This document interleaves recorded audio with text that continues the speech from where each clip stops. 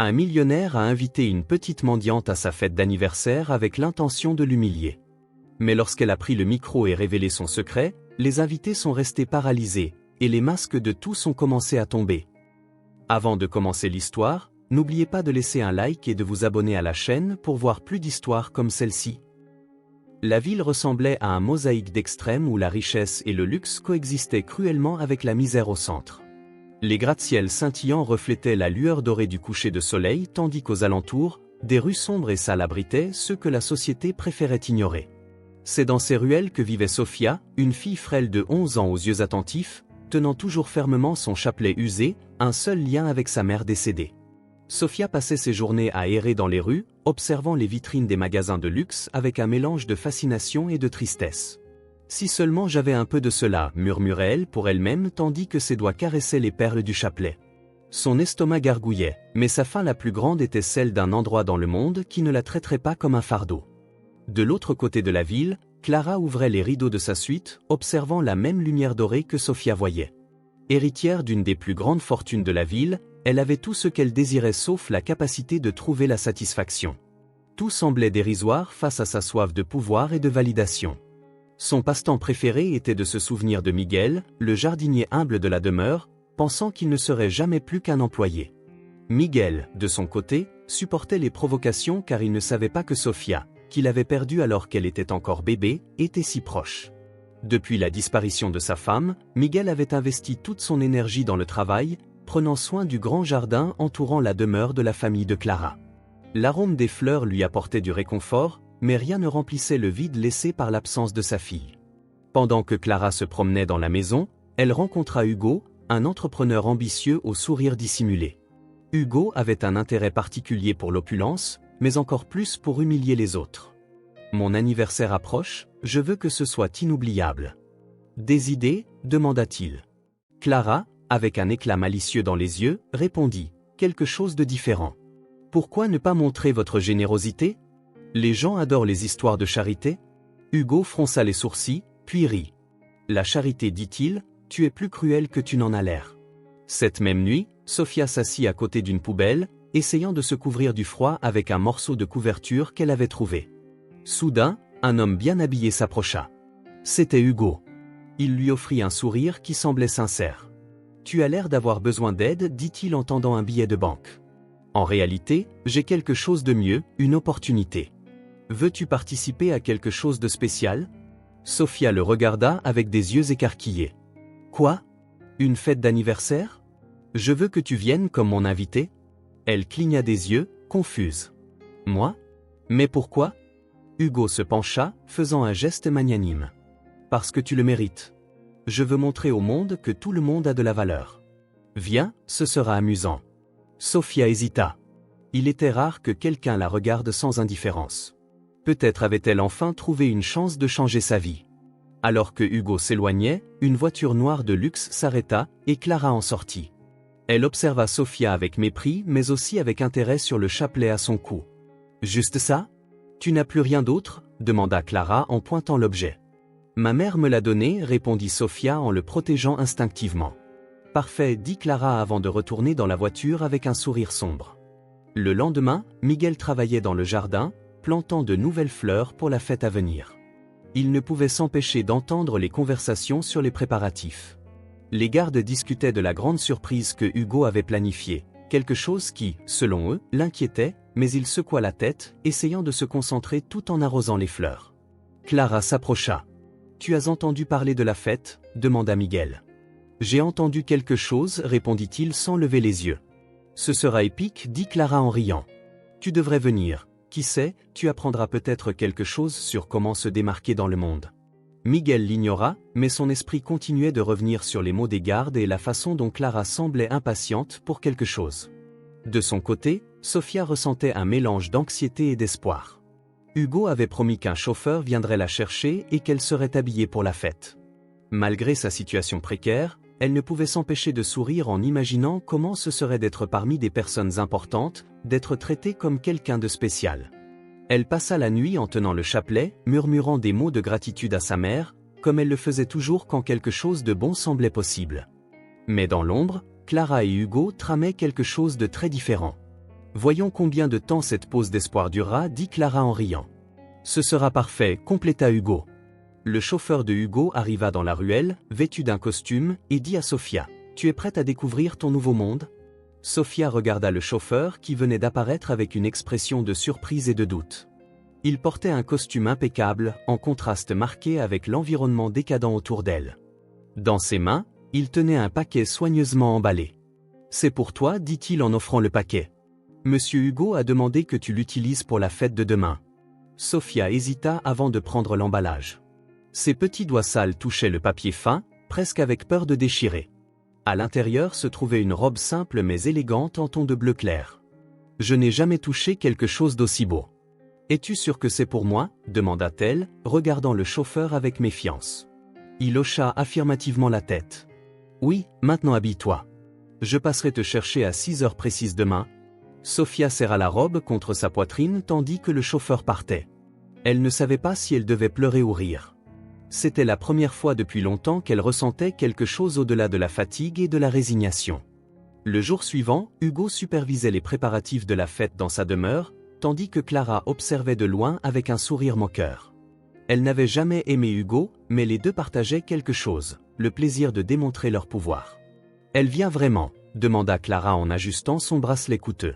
« Bien sûr que oui » répondit Hugo avec assurance. « Ces gens pensent toujours qu'ils peuvent échapper à la misère, ne serait-ce que pour un jour. » Clara rit et inclina la tête. « Et la partie du chapelet ?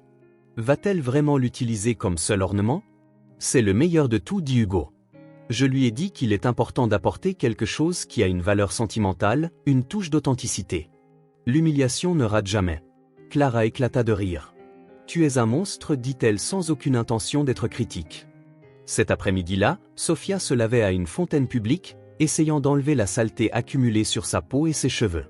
En portant la robe bleue, elle se regardait dans un miroir brisé d'une fenêtre, essayant de se convaincre que c'était réel.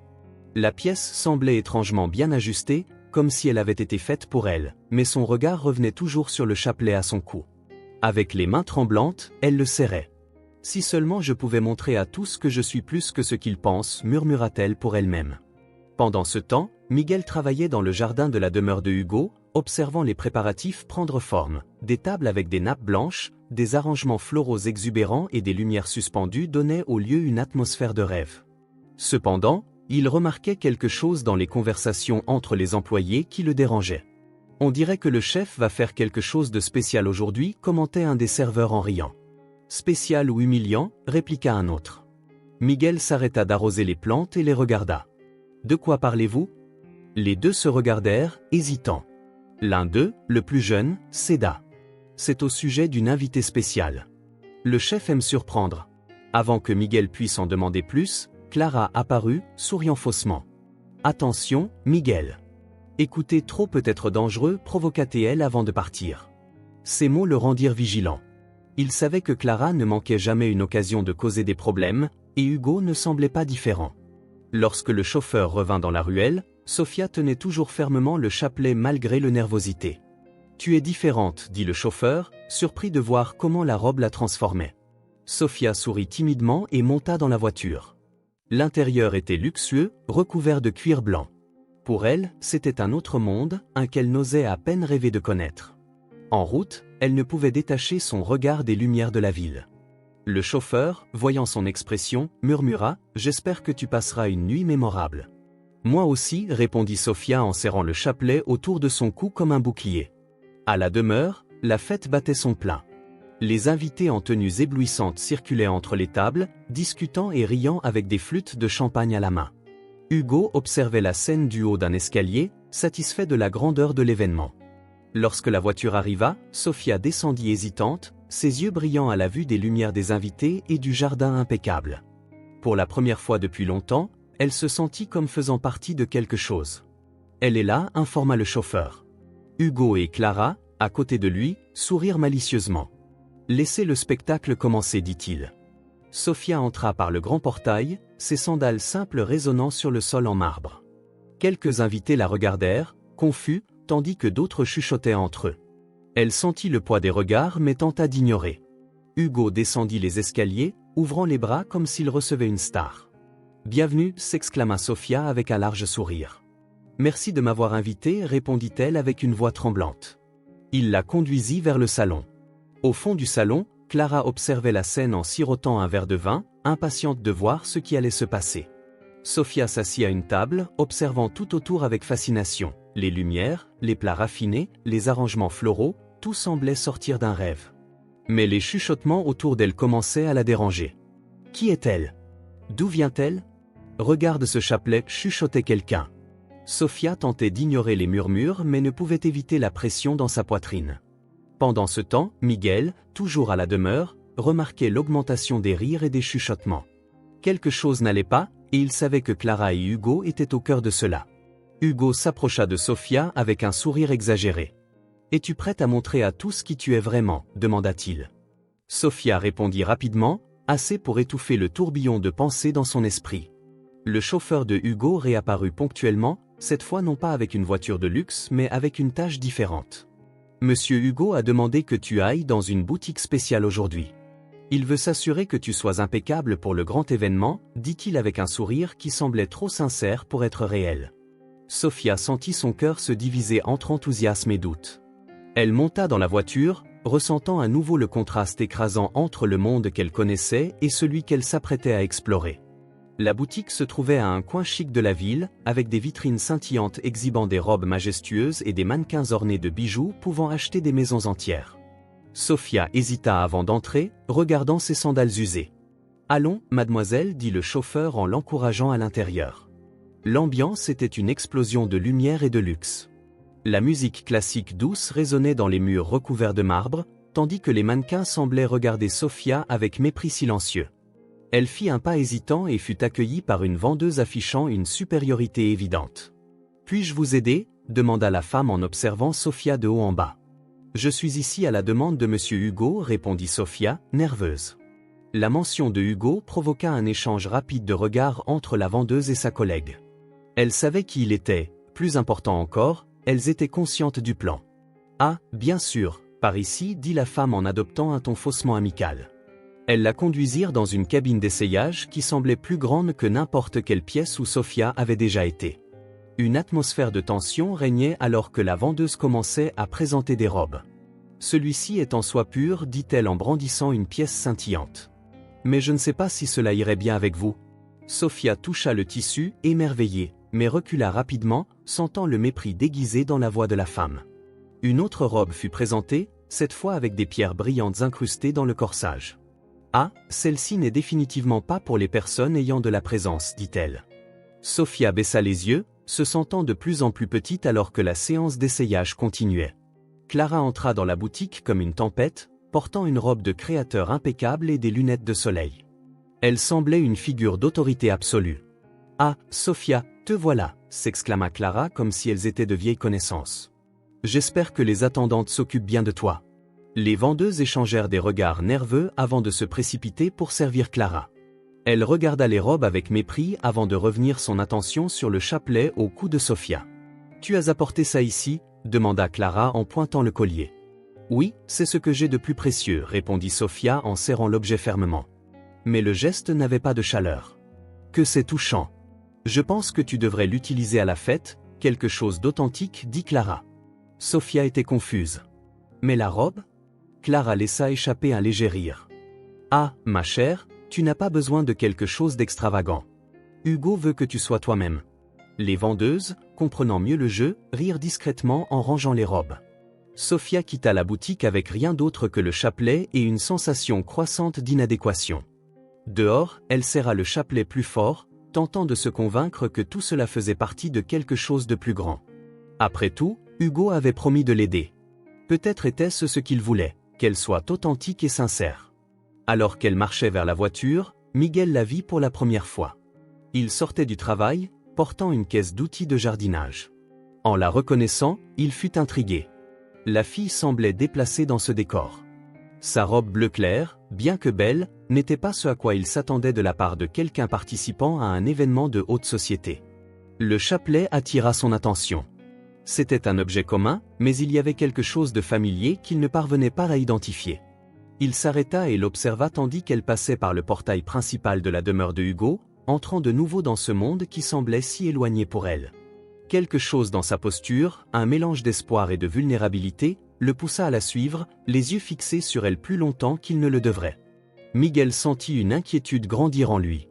Que se passait-il exactement ici? Il décida d'enquêter, guidé par une intuition qu'il ne pouvait ignorer. Le jour de la fête arriva enfin, et la demeure de Hugo était en effervescence. Des camions de fournisseurs entraient et sortaient, livrant des fleurs rares, des verres en cristal et des aliments raffinés pouvant nourrir des quartiers entiers. Le jardin brillait de lumière soigneusement suspendue, tandis que les tables étaient couvertes de nappes en lin blanc et ornées de bouquets floraux exubérants. Au centre de tout, Hugo dirigeait les préparatifs avec le regard de quelqu'un qui croyait orchestrer un spectacle inoubliable. « Je veux que chaque détail crie luxe. Rien ne doit mal tourner, dit-il à un organisateur. Clara était assise sur un banc du jardin, observant l'agitation. Elle était radieuse dans une robe dorée avec des bijoux qui scintillaient à chaque mouvement. À ses côtés, un verre de vin oscillait entre ses doigts tandis qu'un sourire de supériorité ornait son visage. « Ça va être incroyable, dit-elle en regardant une serveuse ajuster les chaises. J'ai hâte de voir Sophia entrer. Comme un mouton dans un terrier de loup, fais attention de ne pas trop t'amuser, dit Hugo avec un rire sarcastique. Pendant ce temps, Sophia était dans la salle d'attente de la demeure. Le chauffeur l'avait laissée plus tôt, et depuis, elle attendait, se sentant de plus en plus anxieuse. Elle portait de nouveau la robe bleue simple, mais maintenant, l'insécurité la submergeait. « Et si je ne suis pas assez bien ?» murmura-t-elle pour elle-même, tenant le chapelet autour de son cou. À l'étage, Clara observait à travers une petite ouverture dans la porte. Elle fit un signe à l'une des employées. « Emmène-la dans cette chambre, dit-elle avec un sourire de malice. » Peu après, Sophia fut conduite dans une petite chambre vide. « Reste ici jusqu'au début de la fête, dit l'employé en partant sans attendre de réponse. Sophia regarda autour d'elle. La chambre n'avait qu'une chaise et une table, rien de plus. Pas de miroir ni de décoration. Elle sentit son cœur se serrer mais tenta de se convaincre que cela faisait partie du processus. Miguel, de son côté, terminait d'arranger le jardin. L'odeur des fleurs fraîches et de l'herbe coupée emplissait l'air, mais il ne ressentait aucune satisfaction. Son esprit était agité. Il remarqua Clara marchant dans le jardin et décida de tenter d'obtenir des réponses. « La fête est belle, dit-il en taillant un buisson. »« Ce n'est pas, » Clara répondit en le regardant avec ce sourire qui cachait toujours quelque chose. « Qu'est-ce exactement cette surprise spéciale que vous avez planifiée ?» demanda Miguel en essayant de paraître désintéressé. Clara rit en jetant ses cheveux en arrière. « Ah, Miguel, tu ne comprendrais pas. C'est quelque chose d'exclusif, quelque chose qui marquera le nom de Hugo dans la ville, répondit-elle avec un sourire qui ne fit qu'accroître l'inquiétude de Miguel. Il savait que Clara aimait manipuler les situations et que Hugo semblait être quelqu'un qui n'hésiterait pas à transformer n'importe quoi en un spectacle. À mesure que le soleil commençait à se coucher, les invités commencèrent à arriver. Des femmes en robes élégantes et des hommes en costumes impeccables circulaient dans le salon et le jardin, tenant des flûtes de champagne et échangeant des sourires polis. Hugo marchait parmi eux, saluant tout le monde avec un enthousiasme exagéré, tandis que Clara l'accompagnait en chuchotant des commentaires sarcastiques sur les invités moins fortunés. « Tu t'es vraiment surpassé, dit un homme d'affaires à Hugo. Cette fête est digne de la royauté. Attendez de voir ce qui est encore à venir, répondit Hugo avec un sourire de quelqu'un qui savait qu'il était le centre de l'attention. Pendant que les préparatifs finaux étaient faits, Miguel se faufila dans une zone plus éloignée du jardin. Il savait que quelque chose n'allait pas, mais il ne pouvait pas le définir exactement. Alors, il la vit. Sophia descendait d'un couloir latéral, conduite par une employée. Elle marchait lentement, presque hésitante, tenant fermement le chapelet contre sa poitrine. La simplicité de son apparence contrastait fortement avec le luxe autour d'elle, accentuant encore plus l'aura de vulnérabilité qu'elle dégageait. Miguel sentit l'air s'échapper de ses poumons. Il ne savait pas expliquer pourquoi, mais quelque chose dans le chapelet que Sophia tenait semblait le ramener à un passé qu'il avait essayé d'enterrer. Il ne pouvait pas détacher ses yeux d'elle, ressentant une étrange combinaison de préoccupation et de familiarité. Il commença à la suivre, gardant une distance sûre, déterminé à découvrir pourquoi elle était là et ce que Hugo et Clara tramaient. Miguel vit Sophia entrer dans la demeure, et l'éclat du chapelet à son cou évoqua un souvenir lointain qu'il ne pouvait ignorer. Les portes de la grande salle principale s'ouvrirent, révélant Sophia. Ses pas étaient hésitants mais fermes alors qu'elle entrait dans l'espace illuminé par des lustres imposants et rempli de personnes en tenues extravagantes. L'orchestre jouait une mélodie douce en arrière-plan, mais le son semblait disparaître face à l'impact de son arrivée. La robe bleue, bien que simple, mettait en valeur sa délicatesse juvénile. Le chapelet autour de son cou, bien que petit, attirait des regards curieux et provoquait diverses réactions. Certains invités la regardaient discrètement tandis que d'autres chuchotaient entre eux. « Elle semble déplacée, n'est-ce pas ?» commenta une femme à voix basse en ajustant ses bijoux brillants. « Mais c'est intriguant », répondit une autre, observant Sofia avec une curiosité authentique. De l'autre côté du salon, Miguel était caché dans l'ombre, observant la scène avec attention. Il était entré discrètement par la zone de service, décidé à comprendre ce qui se passait. Son regard se fixa sur Sofia, et il ne put s'empêcher de ressentir un sentiment croissant de familiarité. « Qui est-elle » murmura-t-il pour lui-même, les yeux fixés sur le chapelet. La pièce semblait vibrer sous la lumière des lustres, comme un écho de quelque chose qu'il ressentait mais ne pouvait encore identifier. Il remarqua également les différents regards. Une femme âgée au visage sévère semblait l'évaluer comme une œuvre d'art mal placée dans une galerie. Un jeune homme près du bar la regardait avec un intérêt plus léger, presque amusé. Clara était dans un coin du salon, suivant tout avec un sourire triomphant. Elle s'approcha de Hugo, qui était entouré de invités, profitant de chaque seconde d'attention. « Elle est là » dit Clara avec satisfaction. Hugo regarda Sofia et leva un sourcil parfait. « Exactement comme je l'avais imaginé. Voyons combien de temps elle tiendra. »« Tu feras le discours maintenant » demanda Clara. Hugo hocha la tête. « Pas encore. Je veux qu'elle ressente le poids d'être ici avant de donner le coup final. » Sofia, essayant d'ignorer les regards et les commentaires, trouva un coin moins fréquenté. Malgré la tension dans sa poitrine, elle ne pouvait s'empêcher d'admirer la beauté autour d'elle, les fleurs dans les arrangements, les lumières scintillantes, l'éclat des bijoux, tout semblait sorti d'un rêve qu'elle n'aurait jamais imaginé être possible.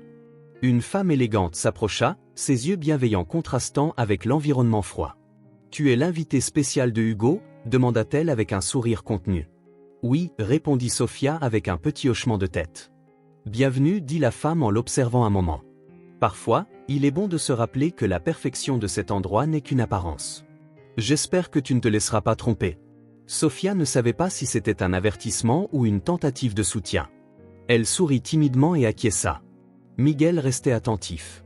Il vit comment Hugo observait Sofia de loin avec Clara à ses côtés, chuchotant quelque chose à son oreille. Le sourire sur leur visage le dérangeait profondément, comme s'ils étaient des prédateurs attendant le bon moment pour attaquer.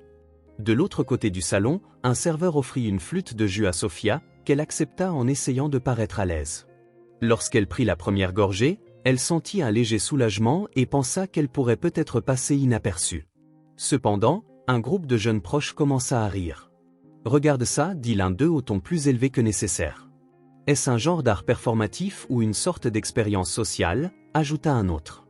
Sofia serra le chapelet, sentant les mots comme des éclats, mais leva le menton, décidée à ne pas se laisser humilier. Hugo commença enfin à se déplacer, traversant le salon avec Clara à ses côtés, sa présence dominant l'environnement. « L'heure du spectacle » dit-il à Clara alors que les invités commençaient à prêter plus d'attention. Clara rit doucement. « Faisons histoire » dit-elle. Hugo s'arrêta devant Sofia, tendit la main avec un sourire exagéré et dit « Sofia, ma chère, montre à tous pourquoi tu es si spéciale ce soir. » Hugo étendit la main à Sofia, son large sourire suffisant pour paraître invitant, mais l'intensité dans ses yeux disait autre chose. Sofia hésita une seconde avant d'accepter le geste. Ses mains étaient fermes, presque froides, tandis qu'il la conduisait à travers le salon avec des pas confiants. « Mesdames et messieurs » commença-t-il, sa voix forte coupant le murmure des conversations, « ce soir, ce n'est pas seulement une célébration. C'est aussi une inspiration, une démonstration de comment l'humanité peut briller même dans les moments les plus sombres. » Sofia cligna des yeux, confuse mais resta silencieuse, regardant autour d'elle avec des yeux anxieux. « Permettez-moi de vous présenter mon invité spécial » continua Hugo en gesticulant vers elle comme s'il présentait une pièce rare, une jeune fille dont l'histoire toucherait leur cœur. Les invités applaudirent poliment, mais les regards curieux, mêlés à une touche de condescendance, pesaient sur Sofia comme une vague écrasante. Alors que Hugo parlait, un serveur s'approcha avec un plateau de champagne. Hugo insista pour prendre une flûte et l'offrir à Sofia, mais lorsqu'elle hésita, il sourit de manière exagérée. « Ah, bien sûr » dit-il en se tournant vers les invités. « Peut-être que le champagne n'est pas approprié. Apportons quelque chose de plus simple pour notre étoile de la soirée. » Les rires étouffés qui résonnèrent dans le salon frappèrent Sofia comme un couteau. Hugo claqua des doigts, et un serveur pressé apporta un verre d'eau dans un récipient jetable, le posant devant elle. Miguel, caché près d'une entrée latérale, sentit son corps se raidir en voyant le ton libéré d'humiliation.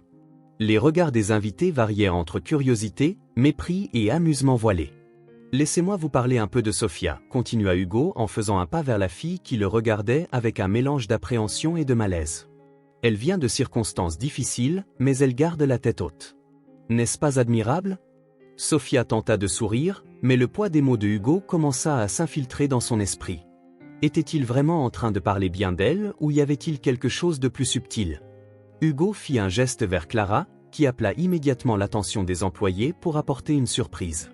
Une employée entra portant un plateau avec une paire de chaussures usées, apparemment choisies pour paraître ancienne et humble. « Ah, Sofia, dit Hugo en prenant les chaussures. Tu as mentionné que tu étais préoccupée par ton apparence à cette fête? Eh bien, je voulais m'assurer que tu te sentes à l'aise avec ces chaussures. » Il les leva pour que tout le monde puisse les voir. Elles sont le reflet parfait de la simplicité. Je pense qu'elles te vont bien. Les invités rirent, certains choqués par la cruauté de la scène, tandis que d'autres tentaient de dissimuler leur inconfort. Miguel serra les poings, incapable de supporter davantage. Il remarqua le regard perdu de Sofia et le sourire cruel de Clara. Hugo, pour sa part, continuait sa performance. « Mais ce n'est pas tout », s'exclama-t-il en se tournant vers les invités. Sofia porte avec elle un objet qui est le symbole parfait de son parcours. Il pointa le chapelet autour de son cou. Si humble, n'est-ce pas? Ce symbole représente la foi, la résilience et bien sûr, les modestes origines. D'où elle vient? Le poids des mots de Hugo commença à s'effondrer sur Sofia. La flûte d'eau jetable dans sa main, les chaussures sur le plateau et maintenant le chapelet, tout était utilisé pour se moquer d'elle. Mais au lieu de reculer, elle respira profondément. « Seigneur Hugo, dit-elle d'une voix tremblante mais ferme, je ne comprends pas pourquoi je suis ici. Je vous remercie. » Hugo l'interrompit en posant une main légère sur son épaule. « Tu es ici parce que tu le mérites, Sofia. Parce que nous avons besoin de plus d'exemples comme toi. » La salle éclata de rire une fois de plus, et Clara continuait à regarder avec satisfaction. Miguel, de plus en plus convaincu, savait qu'il ne pouvait plus attendre. Il recula dans les ombres du salon, mais son cœur battait comme des tambours. Il savait qu'il ne pourrait plus rester à l'écart longtemps. Le rosaire que Sofia utilisait n'était pas n'importe quel objet, il en était certain. Chaque détail, les perles sculptées à la main, l'éclat usé par le temps, jusqu'à la petite croix avec une inscription presque effacée, le transportait dans un moment qu'il n'avait jamais oublié. C'était un après-midi ensoleillé dans le jardin de l'ancienne maison où travaillait sa femme. Les yeux brillants, elle tenait ce même rosaire. Un jour, elle le tiendra comme moi, avait-elle dit, caressant le ventre où Sofia grandissait. Ce sera notre lien, même si nous sommes éloignés maintenant. En regardant Sofia, Miguel ressentait le poids d'une certitude accablante. Elle n'était pas seulement une fille perdue dans une fête, elle était sa fille. Cependant, Miguel savait que se contenter d'observer ne suffisait pas. Hugo conduisait Sofia comme si elle était un trophée d'exposition, tandis que Clara observait de loin, satisfaite du déroulement de son plan. Miguel serra les poings, il ne pouvait pas permettre que cette humiliation continue. Il traversa la salle en direction de Sofia mais fut interrompu par un agent de sécurité qui bloqua son chemin. « Vous n'êtes pas autorisé à rester ici », déclara l'homme en croisant les bras. Miguel prit une profonde inspiration, essayant de garder son calme. « Je travaille ici, je suis le jardinier et cet endroit n'est pas destiné aux employés », répondit-il. L'agent de sécurité Miguel regarda Sofia, qui était conduite au centre de la salle. Il réalisa qu'il devait être plus malin. « D'accord », dit-il en reculant. Mais au lieu de partir, il fit le tour du couloir, cherchant une autre entrée. De l'autre côté de la salle, Clara observait Miguel du coin de l'œil. Quelque chose dans sa posture l'incommodait, il semblait très concentré sur Sofia. Elle se pencha vers Hugo en chuchotant, « Il est obsédé par elle. Tu as vu comme il ne lui retire pas les yeux. » Hugo haussa les sourcils, distrait par le jardinier et ce qu'il pourrait vouloir. Clara, plus astucieuse, n'écartait pas la possibilité que Miguel sache quelque chose qu'il n'avait pas encore remarqué, qu'il y avait quelque chose de plus. Elle murmura, « J'ai hâte de voir jusqu'où il ira. » Pendant ce temps, Miguel trouva une entrée latérale menant à la salle principale. Il passa entre les rideaux et réussit finalement à se positionner dans un coin avec une vue claire de Sofia. Elle se tenait sous les projecteurs avec Hugo à ses côtés, préparant un de ses discours théâtraux. « Mesdames et messieurs », annonça Hugo, attirant l'attention de tous, cette nuit est spéciale et Clara a eu une idée brillante que nous voulons partager avec vous. Miguel sentit son corps se raidir. Il se trompait, il ne pouvait plus attendre. Excusez-moi, dit Miguel en s'approchant lentement de Clara et Hugo. Clara tourna rapidement la tête, surprise par l'interruption. Miguel, que faites-vous ici? J'ai besoin de parler à Sofia, dit-elle d'une voix ferme mais contrôlée. Hugo prit un pas en avant, ce n'est pas le moment pour des distractions. Miguel, retournez au jardin. Mais Miguel ne recula pas. Il regarda directement Sofia, qui semblait perdue et mal à l'aise. J'ai quelque chose d'important à lui dire. Les invités commencèrent à murmurer, attirés par la scène inattendue. Clara tenta d'intervenir. Vous interrompez, dit-elle d'un ton chargé d'irritation. Je ne partirai pas tant que je n'aurai pas parlé avec elle, insista Miguel. Hugo réalisa que perdre le contrôle de la situation pourrait être problématique. Il claqua des doigts pour appeler les agents de sécurité, mais avant qu'ils ne puissent agir, Miguel s'adressa au public.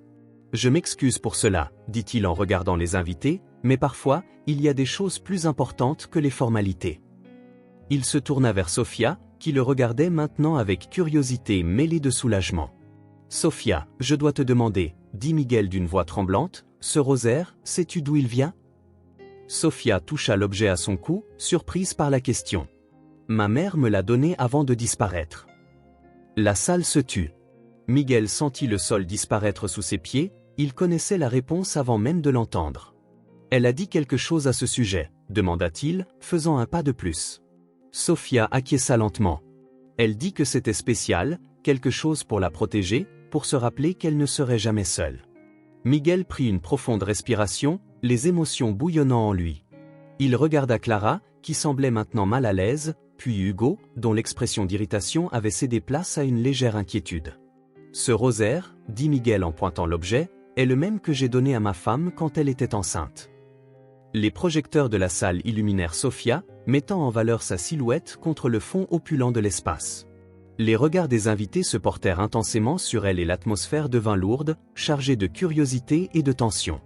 Sofia dit à Clara, sa voix enveloppée d'une douceur artificielle, « Pourquoi ne nous parlez-vous pas de la signification de votre rosaire?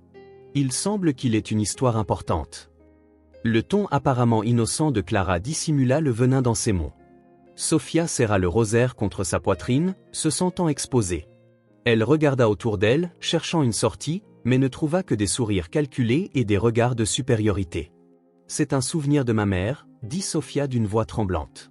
Clara leva un sourcil et inclina la tête. « Quel joli objet, et je suis sûr que tout le monde ici adorerait en entendre plus. Racontez-nous comment quelque chose d'aussi simple peut être si spécial. » Il y avait un mélange de rires étouffés et d'expressions incertaines dans la salle. Certains invités ressentaient clairement le malaise de la situation, tandis que d'autres appréciaient le spectacle que Clara et Hugo montaient dans le coin de la salle. Miguel observait la scène avec le cœur lourd. Il voyait les efforts de Sofia pour rester debout malgré les mots de Clara, qui se rapprochaient comme un piège. Miguel serra les poings, réprimant l'envie d'avancer pour la défendre. Sofia regarda Hugo qui affichait un sourire satisfait. Soudain, elle comprit que ce n'était pas de l'admiration, mais une humiliation soigneusement planifiée. Elle prit une profonde inspiration, luttant contre la honte et la colère qui menaçaient de déborder. « Ma mère m'a donné ce rosaire », commença Sofia, sa voix encore tremblante mais gagnant en force à chaque mot. Elle dit que c'était pour se rappeler que, peu importe ce qui arrive, il y a toujours quelque chose en quoi croire. La salle se tut. Certains invités applaudirent doucement tandis que d'autres observaient simplement, incertains de comment réagir. Un homme d'âge moyen près du bar échangea un regard significatif avec sa femme. « C'est un bon souvenir », murmura-t-il en se penchant vers elle. De l'autre côté de la salle, une jeune femme en robe scintillante croisa les bras, visiblement mal à l'aise. « Je ne sais pas pourquoi nous applaudissons », murmura-t-elle à son ami. « Cela semble plus cruel qu'inspirant. » Hugo rit, rompant le silence d'un ton théâtral inspirant. « Sans aucun doute, mais dites-nous, Sofia, que croyez-vous vraiment que quelque chose d'aussi petit peut changer votre vie? » Sofia serra le rosaire, sentant l'indignation grandir. Elle leva le menton, trouvant la force en elle-même. « Ce n'est pas le rosaire qui importe, » répondit-elle, sa voix claire et ferme, « c'est ce qu'il représente. » La salle tomba complètement dans le silence. Cette fois, même Hugo sembla momentanément surpris par le changement de ton. Je sais que beaucoup d'entre vous me voient comme quelque chose d'inférieur, continua Sophia, regardant directement Clara et Hugo. Peut-être même une blague, mais contrairement à vous, je n'ai pas besoin de richesse ou de luxe pour prouver ma valeur. Certains invités commencèrent à détourner le regard, inconfortables face à l'honnêteté tranchante de Sophia. Un groupe près de la table principale semblait particulièrement agité, remuant dans leurs chaises. « Vous avez tout » dit Sophia en pointant les invités. « Des vêtements chers, de grandes fêtes, mais regardez autour de vous. Vous riez de ceux qui ont moins, vous appelez cela du divertissement. Mais que se passe-t-il quand vous êtes seul, quand les lumières s'éteignent? C'est à ce moment-là que ce qui importe vraiment apparaît. » Miguel, toujours observant de côté, sentit une profonde fierté grandir en lui. La force de Sophia était palpable et elle avait transformé ce moment d'humiliation en un acte de résistance. Clara, cependant, tenta de reprendre le contrôle. « Alors vous pensez que vous êtes au-dessus de nous tous ?» demanda-t-elle d'une voix aiguisée. Sophia regarda directement Clara, le rosaire toujours en main. « Non, je ne pense pas que quelqu'un soit au-dessus de quelqu'un d'autre, et c'est pourquoi vous ne pouvez pas me briser. Parce que même si je n'ai rien, je suis encore plus riche que vous tous. J'ai quelque chose que vous semblez avoir perdu, la dignité. » L'impact fut tel qu'une partie du public commença à applaudir plus chaleureusement tandis que d'autres murmuraient entre eux, ne sachant pas comment réagir. Un homme âgé sur le côté de la salle secoua lentement la tête dans un geste d'approbation. « Béni soit-il, dit-il à voix basse. » Clara serra les lèvres, visiblement irritée, tandis que Hugo continuait de sourire, bien que son regard suggère quelque chose de plus sombre. « Brillant, dit-il en applaudissant lentement. Une véritable inspiration. » Le ton d'Hugo était empreint de sarcasme. Avant que Sophia puisse répondre, il fit signe aux employés. « Mesdames et messieurs, » continua Hugo en s'adressant au public, « je pense qu'il est temps de montrer quelque chose qui rendra cette nuit encore plus mémorable, quelque chose qui mettra tout en perspective. » Sophia le regarda, confuse, tandis que Clara reculait, un sourire malicieux se formant sur ses lèvres. Hugo fit signe aux employés de commencer à entrer avec quelque chose couvert par un drap. « Préparez-vous, » dit Sophia. « Hugo, au ton venimeux, vous ne voudrez pas manquer ça. » Miguel ne pouvait plus attendre. Il devait entrer à cette fête, affronter Clara et Hugo, et surtout parler à Sophia. Le désespoir croissant en lui n'était pas seulement pour la protéger de l'humiliation qui était orchestrée, mais aussi pour confirmer ce que son cœur disait déjà, Sophia était sa fille. Dehors, les agents de sécurité surveillaient les entrées principales et les portails. Miguel, familier avec la propriété, savait qu'y entrer par là serait impossible. Cependant, il y avait un autre chemin, qu'il connaissait très bien. À l'arrière du manoir, un passage étroit reliait le jardin à l'aile de service. C'était par là que les employés entraient et sortaient discrètement pour ne pas déranger les invités. Miguel marcha à travers les buissons jusqu'à trouver la porte cachée qui, comme il l'espérait, était déverrouillée. « Si quelqu'un me prend ici, je perds mon emploi », murmura-t-il pour lui-même, mais la pensée fut rapidement étouffée par une détermination plus forte. Ce n'était plus une question de travail, c'était une question de vérité. Il glissa à l'intérieur, se déplaçant avec soin dans les couloirs menant à la zone principale de la fête. Les sons de rire et de musique se firent plus forts à mesure qu'il approchait. Pendant ce temps, dans la salle principale, Hugo était sur le point de poursuivre son plan. Une équipe d'employés commença à entrer avec un objet couvert par un drap. C'était une table haute décorée de quelque chose qui ne pouvait encore être vu. « Et maintenant, pour rendre cette nuit vraiment inoubliable, » dit Hugo avec un large sourire théâtral, « je vous présente une petite surprise que vous allez adorer, Sophia. » Debout au centre de la salle, Sophia sentit le poids des regards. Une fois de plus, Hugo gesticulait comme un maître de cérémonie, mais il y avait quelque chose dans la scène qui semblait erroné, même pour les invités qui applaudissaient. Clara, au fond, était radieuse, ses yeux brillaient d'un éclat final. Miguel finit par trouver une ouverture menant à la salle principale. Il jeta un coup d'œil par l'ouverture de la porte et vit Sophia debout sous les projecteurs, toujours tenant le rosaire. Sa main tremblait mais sa posture était ferme. Le cœur de Miguel fit un bond. Ce rosaire, il en était absolument certain, était le même qu'il avait donné à sa femme, le même qu'il croyait avoir disparu avec elle et sa fille. Il tenta d'avancer dans la salle, mais un serveur passa devant lui, le forçant à reculer. Il avait besoin d'un moment pour calculer ses prochaines actions. Hugo, pour sa part, continuait d'attirer l'attention de la salle. Il marchait autour de Sophia, parlant fort pour que tout le monde entende. « Sophia représente quelque chose que nous avons tous oublié, parfois la simplicité, la valeur des petites choses, dit-il en souriant largement. Et pour célébrer cela, j'ai quelque chose qui complétera parfaitement votre histoire. Il fit signe aux employés de retirer le drap de la table, révélant une boîte en verre contenant un faux rosaire scintillant de pierres brillantes et excessivement orné. C'est un cadeau pour vous, Sophia, dit Hugo dramatiquement, quelque chose pour remplacer le vôtre, disons usé. La salle se remplit de rires étouffés. Sophia regarda l'objet, puis Hugo, réalisant l'insulte derrière le geste. Il n'offrait pas un cadeau, il se moquait de ce que son rosaire signifiait. Je n'ai pas besoin de ça, dit Sophia d'une voix ferme. La salle se tut un moment. Hugo leva un sourcil, surpris par la réponse. Vous ne le voulez pas? Oraya, ne soyez pas reconnaissant, dit-il en riant pour dissimuler son inconfort. Je t'ai dit que je n'en avais pas besoin, répéta Sophia en serrant le rosaire encore plus fort. La valeur des choses ne réside pas dans leur éclat ou leur coût. Miguel, écoutant tout, sentit une vague de fierté et d'urgence. Il ne pouvait plus attendre. Il avança dans le couloir et entra dans la salle. Ça va trop loin, cria-t-il d'une voix coupant le silence. Tous les yeux se tournèrent vers Miguel, qui marchait rapidement en direction de Sophia. Les agents de sécurité commencèrent à bouger, mais Hugo leva la main, demandant qu'ils attendent. « Que faites-vous ici » demanda Miguel à Hugo d'un ton de fausse curiosité. « Je suis ici pour mettre fin à ce cirque », répondit Miguel en le regardant droit dans les yeux. « Cette fille ne mérite pas d'être traitée comme une plaisanterie. » Sophia regarda Miguel, confuse. Qui était cet homme et pourquoi risquait-il autant pour la défendre? Miguel ignora Hugo et Clara et ramena son attention sur Sophia.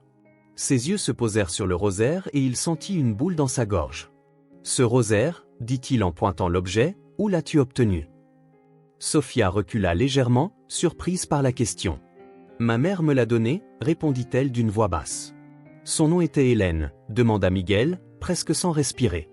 Les yeux de Sophia s'écarquillèrent. « Oui, dit-elle, hésitante. Comment le sais-tu » Miguel sentit le sol disparaître sous ses pieds. Il regarda Sophia avec des yeux embués et murmura. « Parce que Hélène était ma femme, et toi, tu es ma fille. » La salle sembla geler dans le temps. Sophia regardait Miguel, confuse et abasourdie, tandis que le silence emplissait l'espace autour d'eux. Sa déclaration, si inattendue, ressemblait à une pierre jetée dans des eaux calmes, créant des vagues qui n'avaient pas encore atteint le rivage. « Tu connaissais ma mère » demanda Sophia d'une voix tremblante, entre curiosité et incrédulité. Miguel fit un pas de plus, sentant le poids d'années d'incertitude commencer à se dissiper. Ses yeux ne quittaient pas le rosaire autour du cou de Sophia. « Elle était ma femme » répondit-il d'une voix basse mais chargée d'émotion. « Et si ce que tu dis est vrai, alors tu es ma fille. » Sophia fit un pas en arrière, le cœur battant. C'était trop d'informations à traiter. Toute sa vie, elle avait vécu sans savoir qui était son père, ne portant que les souvenirs que sa mère lui avait laissés. Maintenant, cet homme, qui jusqu'à quelques minutes auparavant était un parfait étranger, réclamait un lien qu'elle n'avait jamais imaginé exister. « Ma mère n'a jamais parlé de toi » dit Sophia en essayant de rester calme. Miguel ressentit une pointe de douleur dans sa poitrine mais comprit son doute. « Je vous ai perdu il y a de nombreuses années » dit-il, la voix brisée. « Je n'ai jamais su où elle était allée quand elle a disparu. J'ai cherché pendant des mois, des années, mais je n'ai jamais pu trouver le moindre indice. » Clara, qui observait la scène de loin, réalisa que quelque chose lui échappait de son contrôle. Elle échangea un regard avec Hugo, qui semblait plus intéressé par le déroulement des événements que par le problème lui-même. « Cela devient intéressant », murmura Hugo en prenant une gorgée de champagne. Clara, cependant, n'était pas si calme. Elle savait que Miguel n'était pas là par hasard. Il avait quelque chose qui pourrait gâcher la nuit qu'elle avait tant planifiée. « Nous devons gérer cela maintenant », dit Clara d'un ton acéré. « Détends-toi », répondit Hugo en souriant. « Laisse-les parler, c'est bon pour le spectacle. » Au centre de la salle, Miguel prit une profonde inspiration et continua. « Sophia, ce rosaire, je te l'ai donné à ta mère quand elle était enceinte de toi. Je lui ai dit que c'était un symbole de notre famille, quelque chose pour nous maintenir connectés même si nous étions séparés. » Sophia regarda le rosaire dans ses mains. Il était vrai que sa mère l'avait toujours traité comme quelque chose de précieux, un objet qui portait un poids émotionnel que Sophia n'avait jamais complètement compris. « Ma mère n'a jamais expliqué pourquoi elle est partie », dit Sophia avec un nœud dans la gorge. « Je ne sais pas ce qui s'est passé », répondit Miguel, les yeux embués, « mais cela n'a pas d'importance maintenant. Tu es ici et je suis ici, c'est tout ce qui compte. » les murmures entre les invités se firent plus forts. Personne ne savait exactement ce qui se passait, mais il était clair que l'événement avait pris une tournure inattendue. Clara, réalisant que l'attention se détournait d'elle et de Hugo, décida d'agir. Elle marcha jusqu'au centre de la salle, s'arrêtant aux côtés de Sofia et Miguel. « Que se passe-t-il exactement ici ?» demanda Clara d'un ton chargé de supériorité. Miguel la regarda fixement, sa patience enfin épuisée. « Vous savez très bien ce qui se passe, » dit-il fermement. « Ah, s'il vous plaît, » répondit Clara en riant froidement. « Vous croyez vraiment que cette histoire de rosaire et de famille perdue va convaincre quelqu'un ?» Sofia regarda Clara, réalisant le ton de moquerie. « Pourquoi êtes-vous si intéressée par cela ?» demanda-t-elle. Enfin, trouvant du courage au milieu du chaos, Clara hésita un instant mais reprit rapidement sa posture. « Je trouve juste ça amusant de voir comment certaines personnes essaient d'attirer l'attention avec des histoires émotionnelles, dit-elle en regardant directement Miguel. Miguel fit un pas en avant, maintenant complètement pris par l'indignation. « Tu savais, dit-il, sa voix chargée d'accusation. Tu savais que Sofia était ma fille et pourtant tu as laissé qu'elle passe par là. Tu as planifié cette humiliation. » La salle tomba de nouveau dans le silence. Tous les regards étaient maintenant sur Clara. Certains invités commencèrent à chuchoter, mais la majorité observait simplement le déroulement, intriguée et choquée. « C'est ridicule, » dit Clara, sa voix vacillant légèrement. « C'est vrai, » demanda Sofia en regardant Clara avec les yeux pleins de larmes. Clara ouvrit la bouche pour répondre, mais qui jusqu'alors était restée silencieuse, décida d'intervenir. « Mesdames et messieurs, » dit-elle en levant les mains, « calmons-nous. Nous n'avons pas besoin de transformer une soirée de célébration en un théâtre familial. » Mais Miguel n'était pas disposé à reculer. « Vous appelez cela une célébration ?» demanda-t-il en pointant Hugo. « Vous avez utilisé une fille innocente comme divertissement pour vos amis riches. Vous deux devriez avoir honte. » Sofia, tremblante, regarda Miguel et dit d'une voix presque inaudible, « Si tu es vraiment mon père, pourquoi as-tu mis tant de temps à me trouver ?» La salle de la demeure de Hugo semblait un théâtre prêt à s'effondrer. Le choc de la déclaration de Miguel résonnait sur les visages des invités qui murmuraient entre eux, formant une vague de murmures qui grandissait à chaque seconde.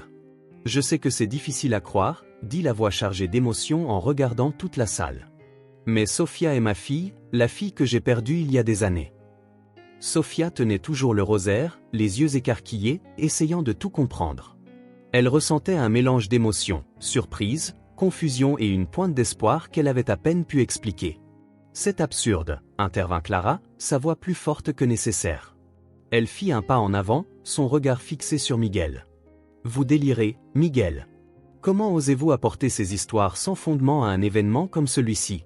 Vous saviez, Miguel, répondit-elle en fixant ses yeux, que vous saviez depuis le moment où vous avez vu Sofia qui elle était.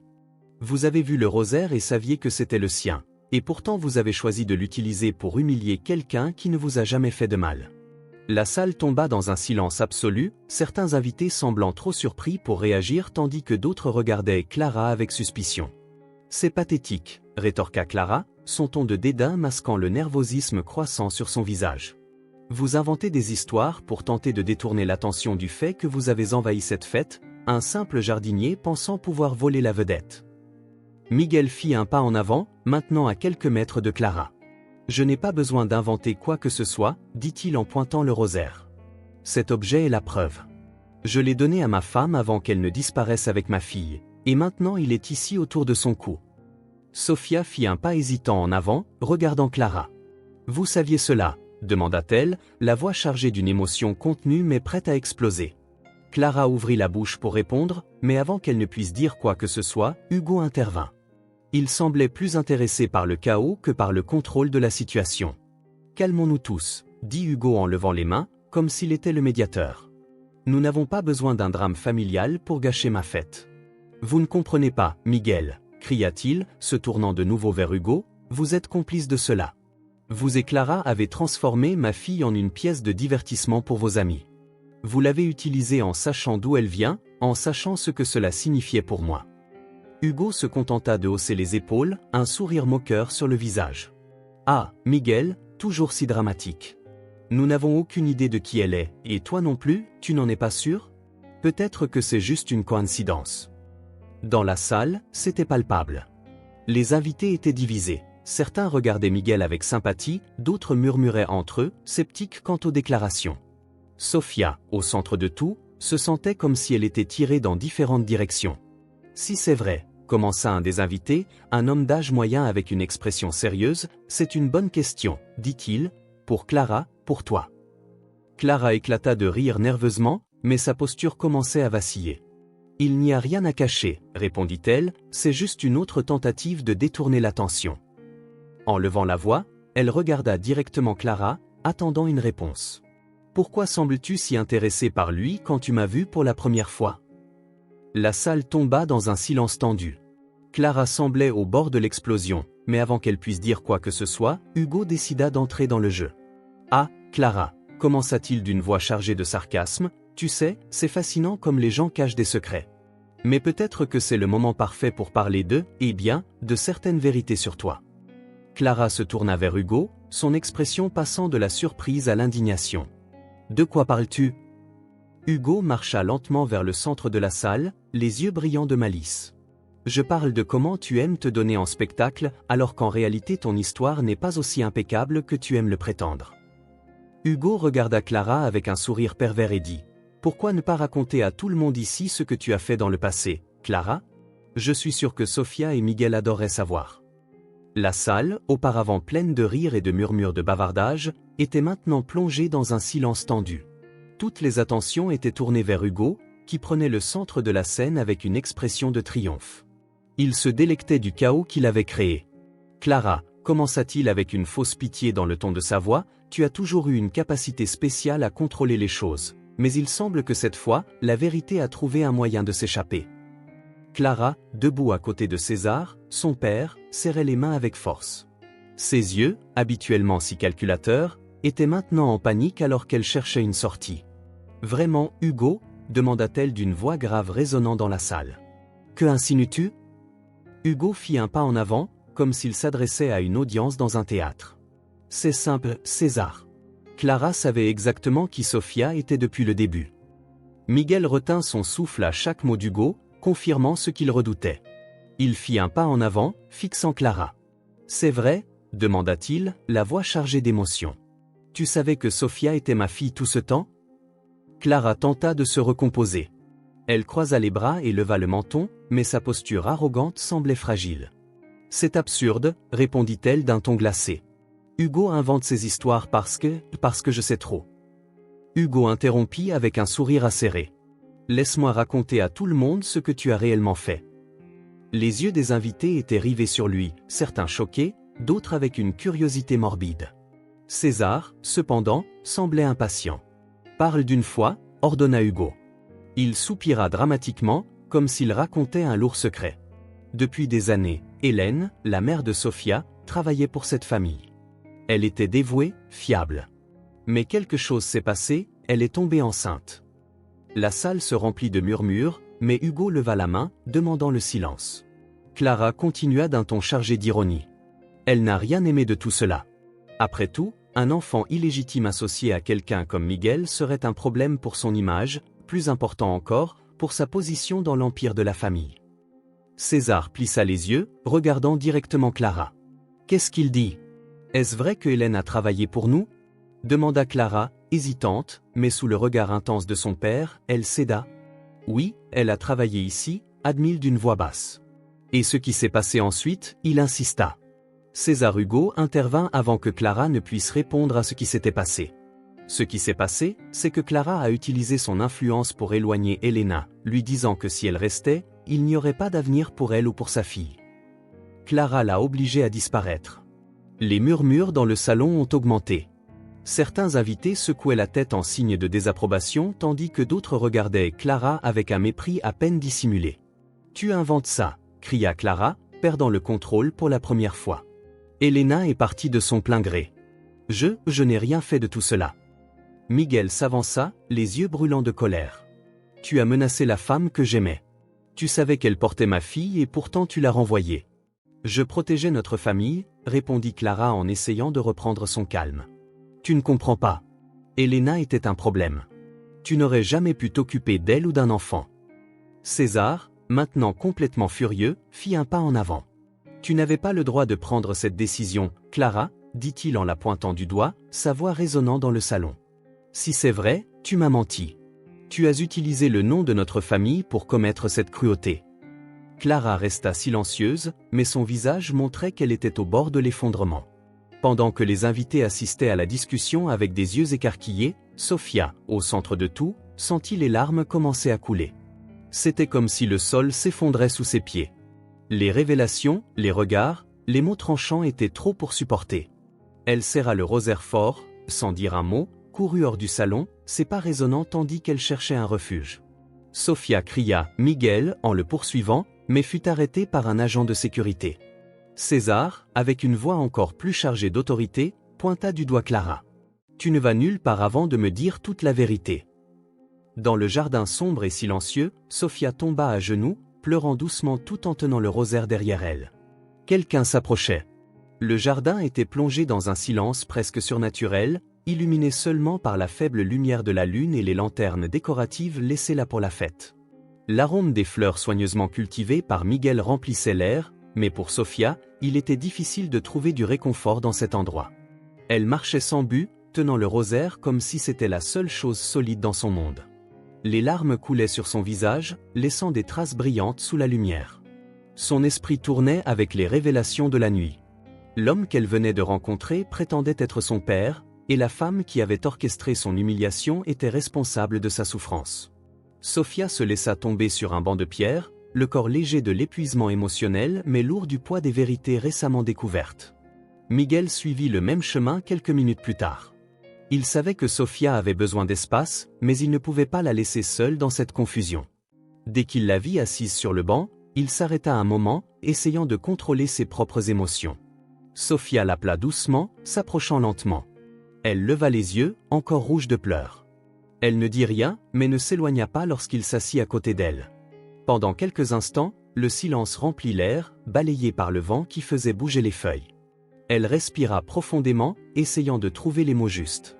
« Je sais que c'est beaucoup à traiter, » dit-il finalement. « Je sais que tu n'as aucune raison de me croire, mais chaque mot que j'ai dit là-dedans est vrai. Tu es ma fille. »« Ma mère ?» demanda Sophia d'une voix presque chuchotée. Miguel baissa la tête, le cœur serré. « Je ne sais pas, » répondit-il. « Quand elle a disparu, je pensais que c'était temporaire. Je l'ai cherchée partout. Il n'y avait pas un seul jour où je ne demandais pas ce qui s'était passé avec elle et avec toi. » Sophia regardait Miguel pendant qu'il parlait, la douleur dans ses yeux semblait sincère, mais elle avait encore tant de doutes. Tant de questions qui la blessaient. « J'ai vécu toute ma vie sans père, » dit-elle, la voix ferme mais brisée. « Tu as vraiment essayé de me trouver ?» Miguel leva les yeux et ses yeux étaient humides. « Chaque jour, Sophia, j'ai essayé chaque jour. Et quand tout semblait perdu, j'ai abandonné l'espoir de te revoir un jour. C'était l'erreur la plus douloureuse de ma vie. » Pendant que Miguel et Sophia parlaient dans le jardin à l'intérieur du manoir, Clara faisait face à un interrogatoire de César. « Ce n'est pas acceptable, » dit César, sa voix chargée de déception. « Tu as manipulé cette situation non seulement pour humilier cette fille, mais aussi pour cacher un secret qui n'aurait jamais dû t'appartenir. Comment as-tu pu, Clara ?» Clara essaya de garder son calme, mais son masque s'effondrait. « J'ai fait ce que je pensais nécessaire, » répondit-elle, mais la fermeté dans sa voix ne la convainquait même pas elle-même. « Nécessaire » rétorqua César, le visage devenant rouge. « Tu as privé un homme de sa fille et un enfant de son père. Ce n'est pas nécessaire, c'est cruel. » Dans le jardin, Miguel prit doucement les mains de Sophia. « Je ne sais pas comment compenser tout le temps perdu, » dit-il, « mais je promets qu'à partir de maintenant, je ne te laisserai plus jamais. Je vais te protéger, quoi qu'il arrive. » Sophia sentit la sincérité dans ses paroles, et pour la première fois cette nuit-là, quelque chose en elle commença à s'adoucir. Il était encore difficile de faire confiance, mais il y avait un réconfort inexplicable à entendre ces mots. « Je ne sais pas quoi faire maintenant, » dit-elle honnêtement. « Nous allons découvrir ensemble, » répondit Miguel. Face à la pression de César, elle se dirigea vers le jardin. Ses yeux se plissèrent en apercevant Miguel et Sophia ensemble, conversant sous la lumière de la lune. Pendant un moment, elle sentit une pointe de jalousie pour quelque chose qu'elle ne comprenait pas complètement. Elle marcha sur le chemin de pierre, les mots de son père résonnant encore dans son esprit. Elle devait penser à quelque chose pour renverser la situation, pour sauver sa réputation devant lui et les autres invités. C'est alors que quelque chose dans le jardin attira son attention. Près d'un des parterres, quelque chose brillait sous les lumières tamisées. Clara s'approcha, curieuse. C'était un petit objet à moitié enterré, quelque chose qui semblait avoir été perdu là depuis longtemps. Clara s'agenouilla, nettoyant la terre de l'objet jusqu'à ce qu'il soit complètement visible. Lorsqu'elle le tint dans ses mains, ses yeux s'écarquillèrent. C'était quelque chose qui pouvait tout changer. Clara tenait l'objet fraîchement déterré, le cœur battant de façon irrégulière. C'était un bracelet en or délicat avec de petites lettres gravées. Pour Sophia, avec amour. Elle se souvenait vaguement de l'avoir vu des années auparavant, quand Elena travaillait pour sa famille. À l'époque, ce n'était qu'un détail insignifiant dans la vie des employés, mais maintenant le poids de ce bracelet semblait plus que Clara ne pouvait le supporter. Elle ferma les yeux et respira profondément, essayant d'organiser ses pensées. Les mots de César résonnaient encore dans son esprit, durs et implacables. Le regard de Sophia, plein de douleur et de confusion, était un rappel constant de ce que Clara avait fait pendant des années.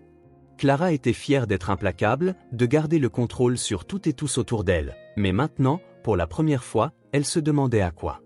Tandis qu'elle marchait de retour vers le centre du jardin, les images de la nuit dansaient dans son esprit. L'humiliation de Sophia, la colère de César, le désespoir de Miguel. Chacun de ces moments semblait peser sur sa conscience comme un poids écrasant. Elle se demanda s'il était encore temps de renverser les dégâts qu'elle avait causés, mais la peur la consumait aussi. Si elle admettait ses erreurs, sa réputation, sa position dans la famille et même la confiance de César pourrait être détruite pour toujours. « Il est trop tard », murmura-t-elle pour elle-même, mais le doute refusait de disparaître.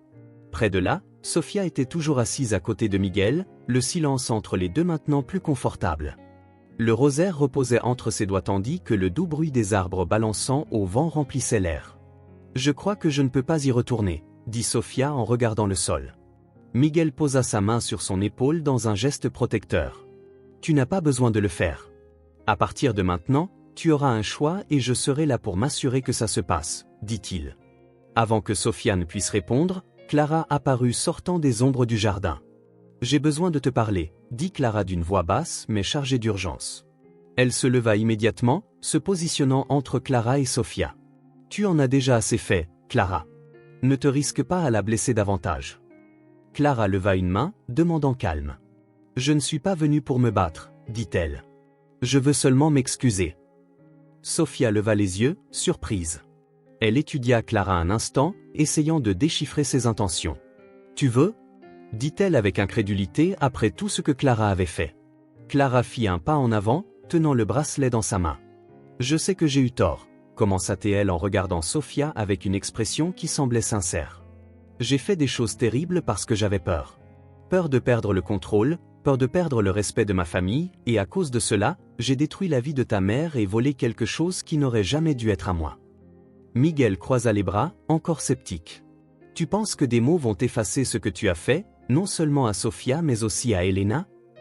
Clara ferma les yeux, retenant ses larmes. « Je ne peux pas effacer le passé, » admit-elle, « mais je peux essayer de réparer ce que j'ai fait, ne serait-ce qu'un peu. » Elle tendit le bracelet à Sophia. « C'était à ta mère, » dit Clara d'une voix tremblante. « Je l'ai laissé tomber dans le jardin il y a des années. J'aurais dû le rendre. » Mais Sophia regarda le bracelet, puis Clara. La colère dans sa poitrine brûlait toujours, mais il y avait quelque chose de vulnérable dans la voix de Clara, quelque chose qui semblait différent de cette femme froide et contrôlante qui l'avait humiliée. « Tu penses que rendre ça va arranger quelque chose ?» demanda Sophia avec les yeux pleins de larmes.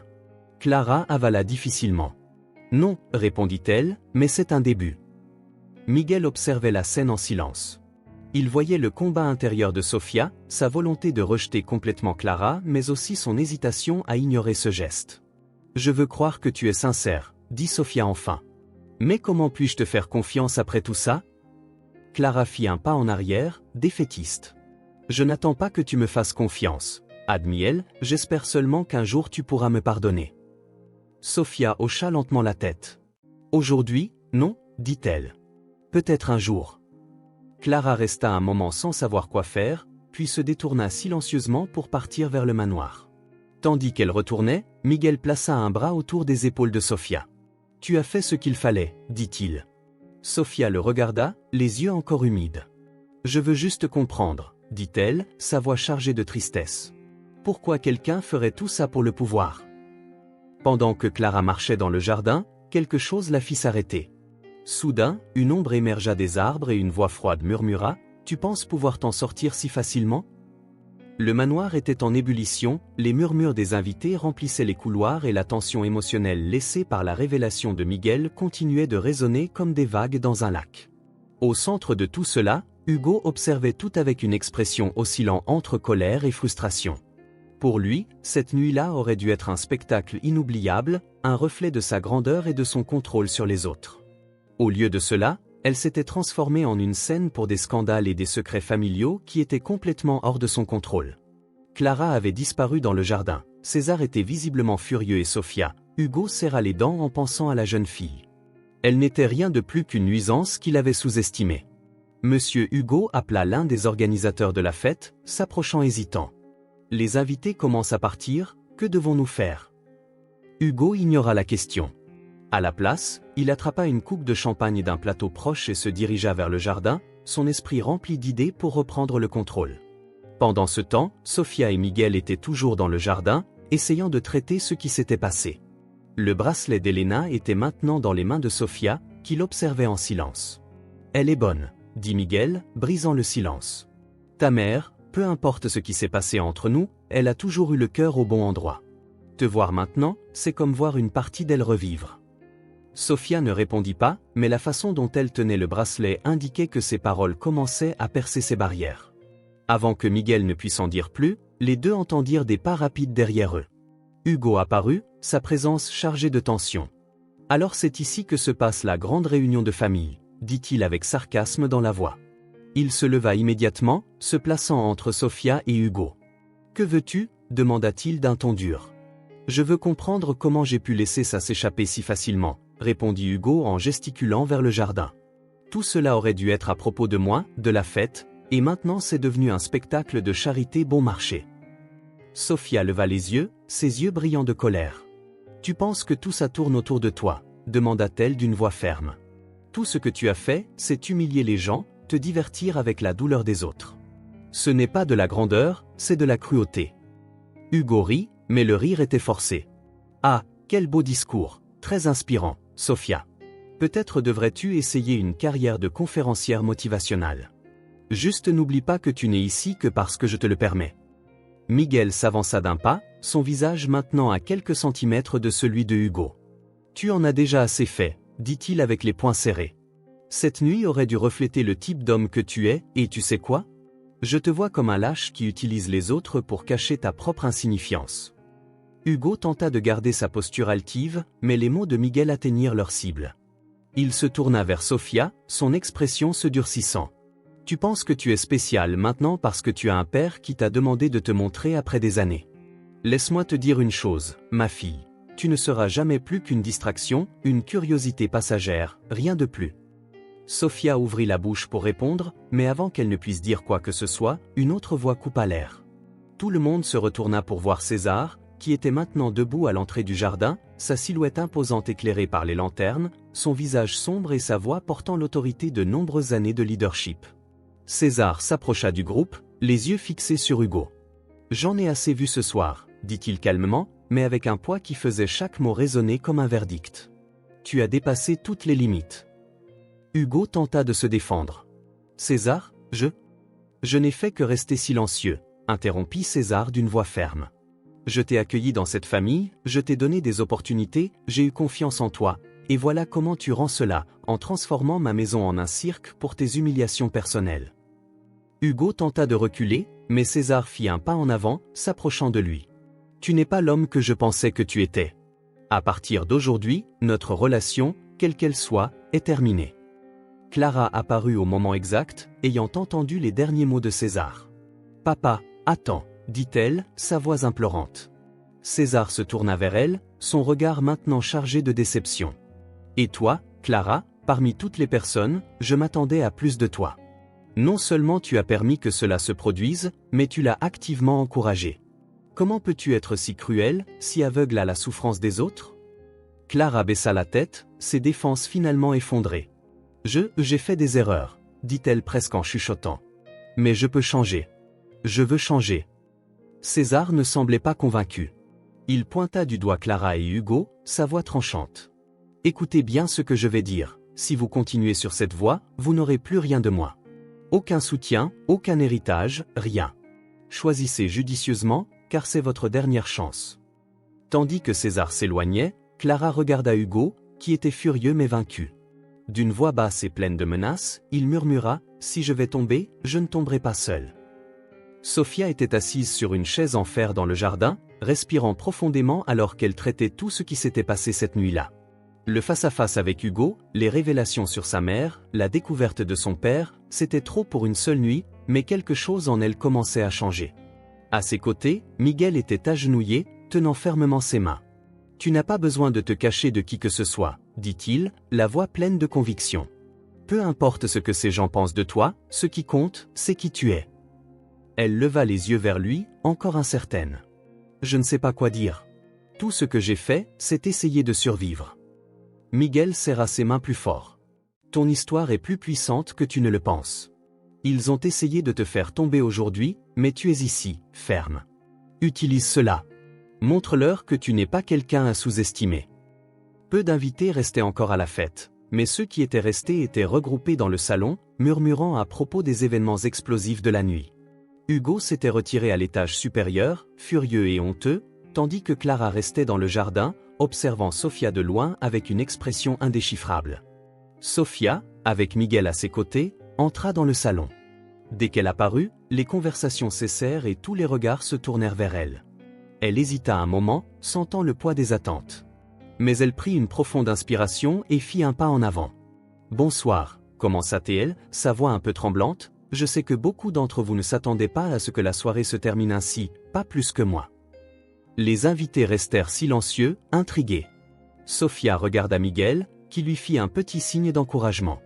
Elle continua. « Quand j'ai été invitée à cette fête, je pensais que ce serait une opportunité, une chance de sortir de la vie que j'ai toujours connue et peut-être de trouver quelque chose de mieux.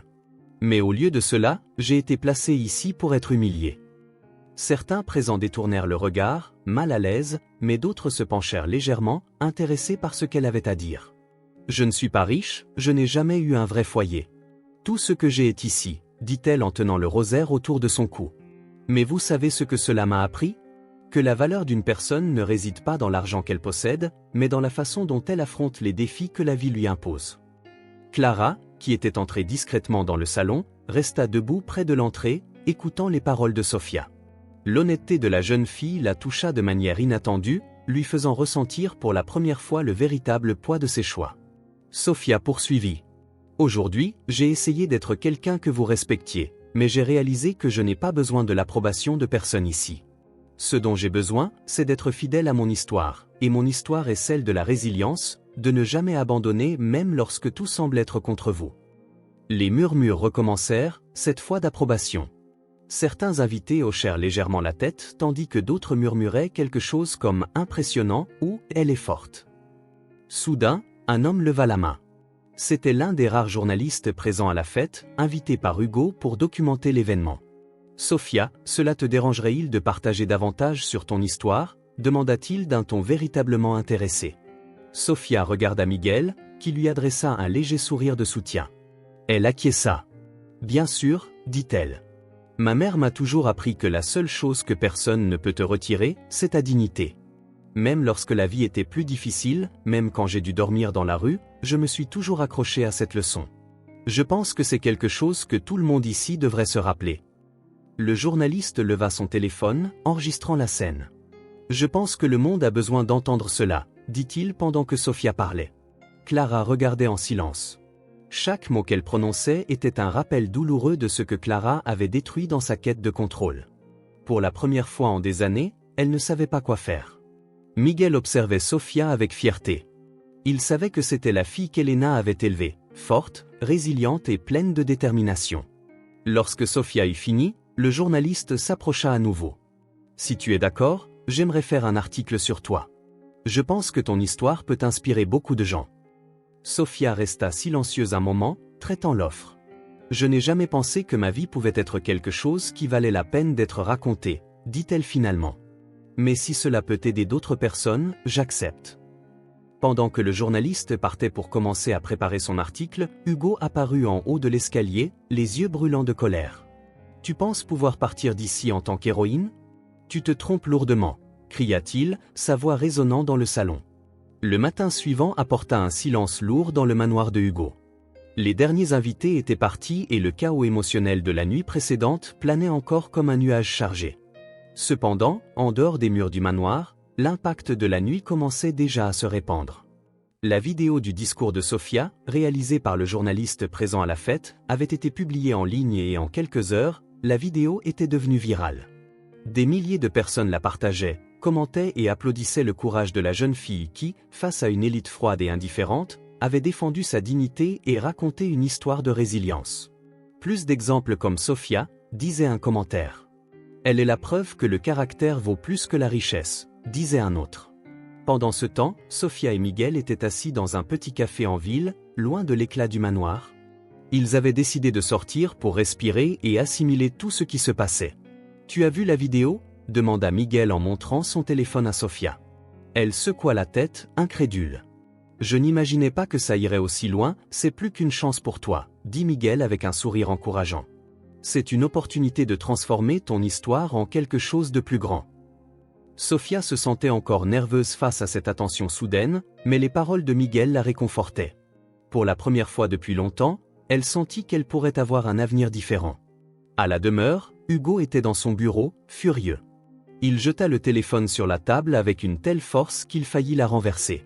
Les messages et les appels ne cessaient d'arriver, tous liés à l'échec de la fête et à la vidéo de Sofia. « C'est une blague », grogna-t-il en se frottant les tempes.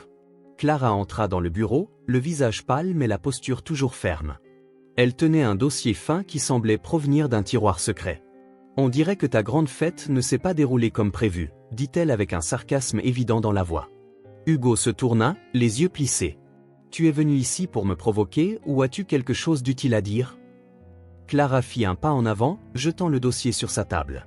« Il est peut-être temps de te rappeler qui contrôle vraiment les choses ici. » Hugo ouvrit le dossier et commença à lire, son expression passant de l'irritation à l'inquiétude. « Comment as-tu obtenu ça ?» demanda-t-il, levant enfin les yeux vers Clara. « Ne sous-estime pas ma capacité à trouver ce dont j'ai besoin, » répondit-elle en croisant les bras. « J'ai découvert quelque chose que tu préférerais garder caché. » Pendant ce temps, César était dans le salon principal, seul, regardant par la fenêtre le jardin. Il avait passé la nuit à revivre chaque mot, chaque révélation de la fête. Clara entra silencieusement, mais il sentit sa présence. « Tu penses vraiment pouvoir arranger ça ?» demanda-t-il sans se tourner. Clara s'arrêta au milieu du salon, les mains tremblant légèrement.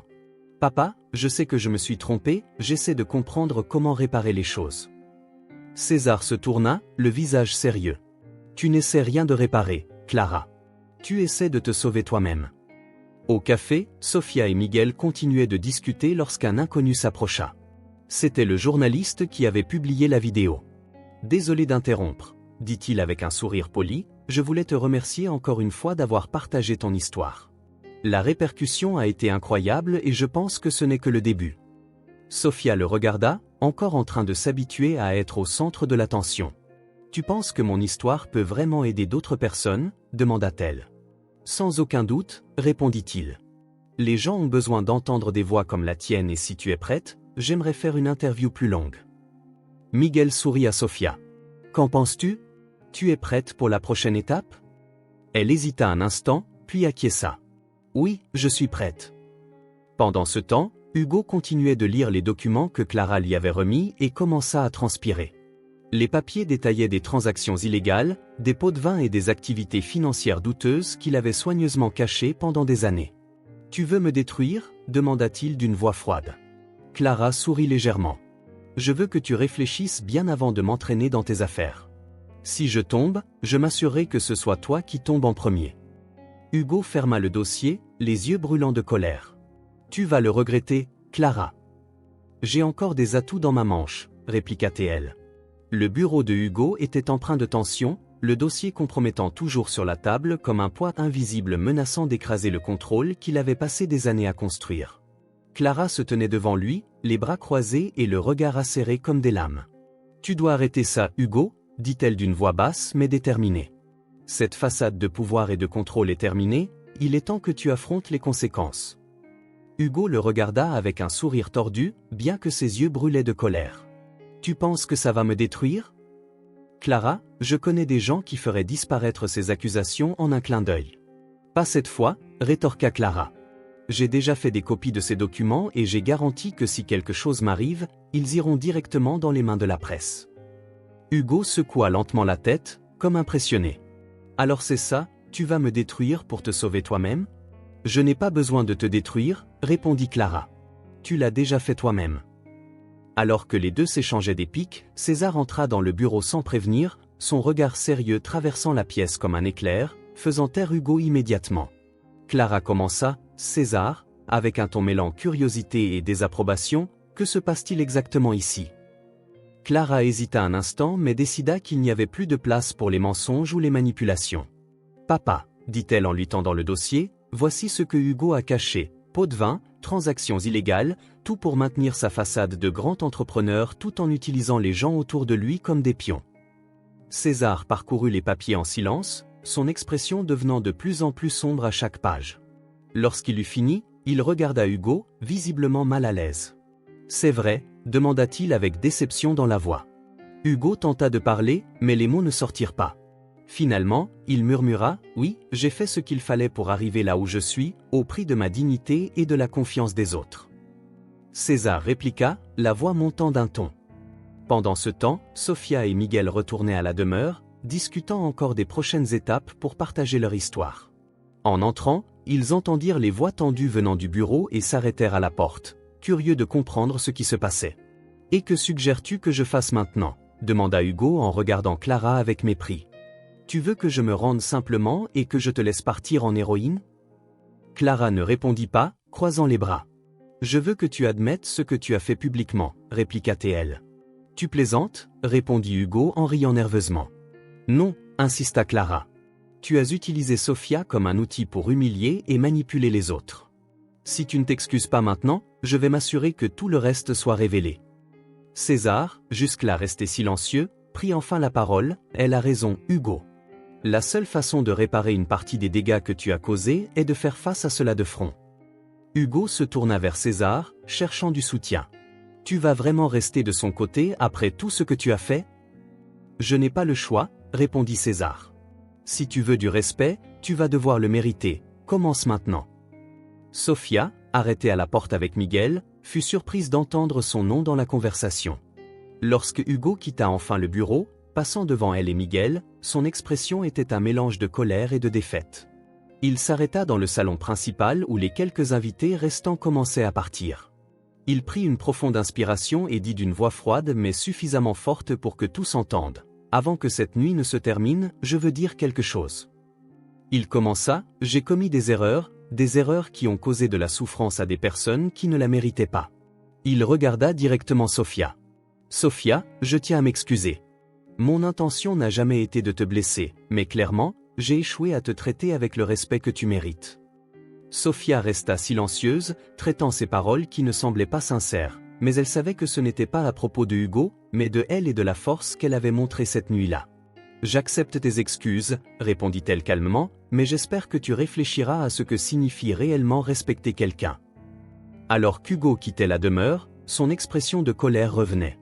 Il savait que Clara et César l'avaient poussé à s'humilier publiquement et ce n'était pas quelque chose qu'il était prêt à oublier.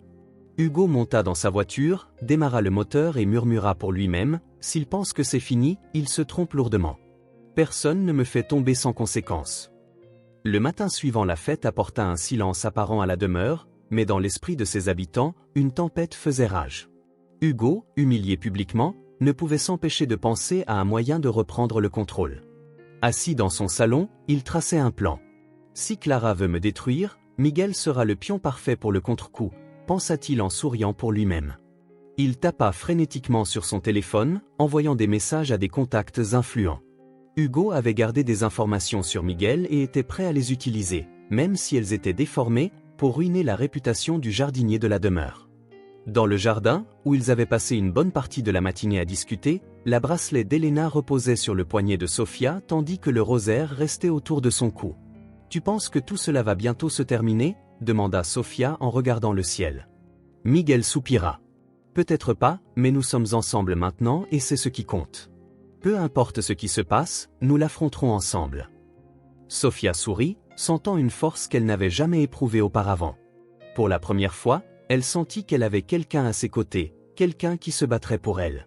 Cependant, pendant qu'il parlait, Clara était dans le bureau de César, analysant les documents qu'elle avait contre Hugo. Elle savait que la bataille n'était pas terminée. « Papa », commença Clara avec hésitation dans la voix, « Hugo ne va pas reculer si facilement, il est dangereux quand il se sent acculé. » César, assis dans son fauteuil en cuir, fronça les sourcils. « Je sais, mais maintenant nous avons l'avantage. Il a commis trop d'erreurs et il ne peut pas échapper aux conséquences. » Clara acquiesça, mais son esprit était agité. Bien qu'elle ait agi contre Hugo la nuit précédente, les paroles de Sofia résonnaient encore dans son esprit. La jeune fille avait montré une force que Clara n'avait jamais attendue, ce qui la mettait en conflit avec ses propres choix. En milieu d'après-midi, Hugo commença à mettre son plan en pratique. Il appela d'anciens associés de César et répandit des rumeurs selon lesquelles Miguel utilisait Sofia pour gagner de la sympathie publique et accéder à la fortune de la famille. Les nouvelles se répandirent rapidement et en quelques heures, des messages commencèrent à arriver chez César, l'alertant de ce qui se disait. « C'est ridicule », dit César en lisant l'un des messages à voix haute. « Miguel essaie de manipuler ta fille pour assurer une place dans notre entreprise. » Hugo est désespéré. Clara entra dans la salle à ce moment-là, le visage tendu. « Papa, Hugo joue sale, il ne s'arrêtera pas avant de détruire Miguel et possiblement Sofia. » César se leva. « Alors il est temps de mettre un terme à cela une bonne fois pour toutes. Exposons-le. » Pendant ce temps, Sofia fut rappelée au salon principal où un petit groupe de journalistes était apparu. Un des assistants de la famille informa que Hugo avait diffusé un communiqué diffamatoire sur Miguel et que les reporters voulaient une déclaration. Miguel tenta de l'arrêter, mais Sofia leva la main. « Ils veulent m'entendre, alors je vais parler. Je ne vais laisser personne ruiner cela. » Elle entra dans le salon d'un pas ferme, sentant le poids de chaque regard sur elle. Le petit groupe de journalistes commença à murmurer entre eux. Lorsque Sofia prit le microphone qu'un d'eux avait offert, elle commença « Ils disent que mon père et moi manipulons cette situation pour obtenir des avantages. » Sa voix était claire. « Mais je veux laisser quelque chose de très clair, mon histoire n'est pas une question de manipulation ou de pouvoir, mais de vérité et de résilience. » Pendant qu'elle parlait, Clara et César apparurent au fond du salon. Clara, dans un rare moment d'humilité, semblait véritablement touchée par les paroles de Sofia. « Si Hugo pense qu'il peut utiliser des mensonges pour effacer ce qui s'est passé, il se trompe, » poursuivit Sofia. « Je ne suis pas ici pour me battre contre lui, je suis ici pour me battre pour moi et pour toutes les personnes qu'il a essayé de diminuer. » À ce moment-là, Clara décida d'agir. Elle s'avança aux côtés de Sofia et prit le microphone. « J'ai commis des erreurs terribles, » commença Clara, la voix légèrement tremblante, « et pendant longtemps, j'ai été complice de personnes comme Hugo qui croient que le pouvoir est une licence pour faire ce qu'ils veulent. Mais aujourd'hui, je suis ici pour dire que cela s'arrête maintenant. » Elle tenait les documents qu'elle avait contre Hugo et les leva pour que tous les voient. « Ces documents prouvent que Hugo a commis des crimes graves et je vais m'assurer qu'ils parviennent aux autorités. » Hugo, qui était entré dans le salon sans être remarqué, interrompit avec un rire nerveux. « Tu penses que ça va m'arrêter, Clara ? Tu es tellement désespérée de te sauver toi-même que tu es prête à mentir publiquement, » répliqua Clara. « Tu sais que tout cela est vrai et tu sais que si je voulais, je pourrais te détruire maintenant même. » Les journalistes, voyant la confrontation, commencèrent à enregistrer frénétiquement. Hugo tenta de maintenir sa posture, mais la pression croissante commença à le démonter. « Vous êtes tous pareils, » grogna-t-il, les yeux fixés sur César et Clara, mais ne pensez pas que cela va se terminer ainsi. Sofia fit un pas en avant, restant aux côtés de Clara. « Tu sais quelle est la différence entre toi et nous ? » demanda Hugo. « Tu utilises la peur pour contrôler les gens, nous choisissons la vérité, » répondit-elle avec calme et fermeté. Les journalistes commencèrent à applaudir et Hugo, réalisant qu'il avait perdu, quitta le salon en silence, son expression sombre. Après le départ des reporters, Clara se tourna vers Sofia, les larmes aux yeux. « Je sais que je ne pourrai jamais effacer ce que j'ai fait, » dit-elle, « mais s'il y a quelque chose que je puisse faire pour réparer les dégâts, je le ferai. » Elle la regarda un long moment avant de finalement dire « Je peux te pardonner, mais à une condition. » Clara répondit sèchement « Tout ce que tu veux. » Sofia, avec une expression sérieuse, dit « Tu dois rendre ce que tu as pris, non pas de moi, mais de toutes les personnes que tu as utilisées pour arriver là où tu es. Le jardin de la demeure n'avait jamais été aussi vivant. Les fleurs que Miguel avait cultivées avec tant de soin au fil des ans étaient désormais entourées d'un nouveau but. L'espace avait été transformé en un lieu d'accueil pour les personnes en difficulté, offrant non seulement des repas et un abri temporaire, mais aussi un sentiment de communauté et de dignité. Sofia marchait entre les parterres, aidant à organiser les tables pour les repas en plein air. Les rires des enfants remplissaient l'air tandis que les bénévoles servaient des plats simples mais chauds et nutritifs. C'était un contraste frappant avec la froideur qui définissait autrefois l'ambiance de la demeure. Miguel se tenait près de l'entrée du jardin, supervisant tout avec un sourire de satisfaction. « Je n'aurais jamais imaginé que tout cela serait possible », dit-il en observant Sofia aider une jeune mère à s'asseoir avec ses 2 petits-enfants. César s'approcha, les mains dans les poches et une expression de fierté mêlée d'humilité. « Tu as fait quelque chose d'extraordinaire ici », dit-il. « Je n'ai pas fait ça seul », répondit Miguel en regardant Sofia. César acquiesça. « Elle est spéciale, forte comme sa mère. » Miguel sourit, se sentant reconnaissant d'avoir enfin la chance de construire quelque chose avec sa fille à ses côtés. Clara apparut peu après, vêtue de vêtements simples, complètement différents des pièces luxueuses qu'elle avait l'habitude de porter. Elle tenait un plateau de plats propres, visiblement mal à l'aise mais déterminée. « C'est étrange de me voir ainsi », dit-elle en passant près de Miguel. « C'est un début », répondit-il sans aucun sarcasme. Clara s'approcha d'une table où un groupe d'adolescents était réuni. Elle leur tendit les plats et s'assit à côté d'eux, écoutant leurs histoires. Malgré son inconfort initial, Clara commença à réaliser que, pour la première fois depuis des années, elle faisait quelque chose de significatif. Pendant ce temps, Sofia dirigeait une petite réunion de planification avec les bénévoles. Depuis le début du projet, elle était devenue une figure centrale, aidant à organiser tout et à s'assurer que chaque détail était pris en compte. « Nous avons besoin de plus de couvertures pour l'hiver », dit-elle alors qu'un bénévole prenait des notes, et peut-être de plus de tables pour les repas. « Tu es doué pour ça », dit Miguel en s'approchant.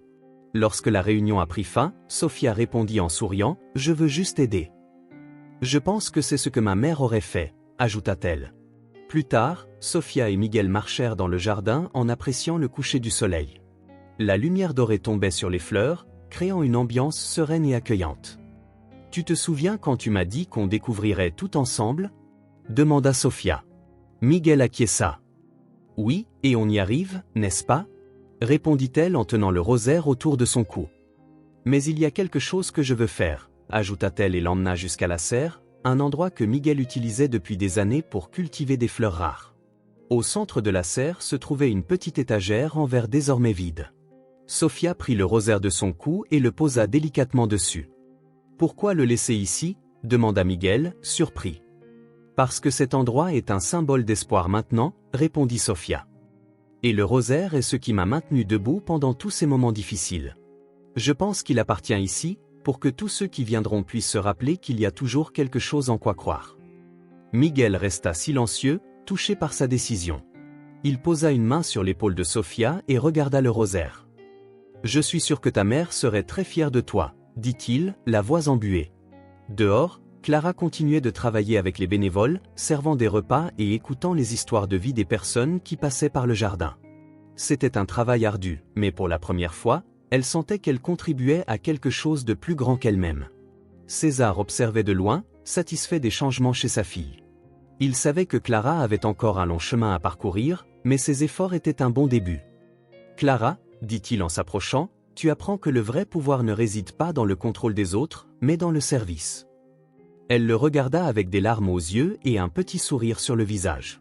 « Je pense que je commence à comprendre, papa. » Tandis que le soleil disparaissait à l'horizon, le jardin restait plein de vie. Sofia, Miguel et Clara travaillaient ensemble, côte à côte, tandis que César les regardait avec fierté. Le jardin, qui n'était autrefois qu'un symbole de richesse, était maintenant un lieu où des vies étaient transformées. Le rosaire dans la serre brillait doucement sous la lumière de la lune, comme un phare d'espoir pour tous ceux qui trouvaient cet endroit. Il représentait non seulement le parcours de Sofia, mais aussi la reconnexion d'une famille et la transformation d'un espace en quelque chose de vraiment significatif.